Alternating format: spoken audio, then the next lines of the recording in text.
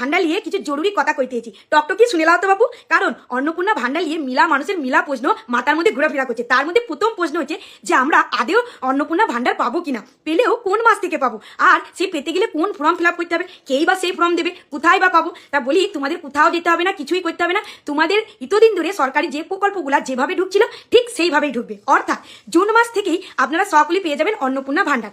মেয়েদের লিগেন এবং যুবদের লিগেন 3,000 টাকা করে অন্নপূর্ণা দেওয়া হবে, আর বার্ধক্য আর বিধবা ভাতা লিগেন 2,000 টাকা করে দেওয়া হবে। যে অ্যাকাউন্টে এতদিন ধরে সরকারি প্রকল্প ঢুকেছে সেই অ্যাকাউন্টেই ঢুকবে। এবার হচ্ছে কি, তাহলে কি জুন মাসের মধ্যে ফর্ম ফিল আপ করতে হবে? না না না, এমন কোনো ব্যাপার নাই। ফর্ম ফিল আপ আস্তে আস্তে হবে, কারণ আপনারা বুঝতেই পারছেন নতুন সরকার গঠন হয়েছে, একটু তো সময় লাগবে। আপনারা যদি সকলে একটু সহযোগিতা করেন দেখবেন সমস্ত কিছুটাই ঠিক হয়ে যাবে। এইবার হচ্ছে যারা এতদিন ধরে সরকারি কোনো প্রকল্প পেতো না তারা কি তাইলে পাবে না? হ্যাঁ, তাদের লিগেনই সরকার চেষ্টা করছে যত সম্ভব যারা এতদিন ধরে কোনো প্রকল্প পেয়ে পান নাই তাদের লিগেন তাড়াতাড়ি করছে যে সেই প্রকল্প দেওয়ার লিগেন। তাই সমস্ত জনগণকে একটা কথাই বলবো, আপনারা একটু ধৈর্য ধরে থাকবেন, সকলের সমস্ত প্রকল্প পাবেন এবং জুন মাস থেকে যারা পেতেন তারা পাবেন। আর অন্য কারোর কথায় আপনারা বিভ্রান্ত হবেন না।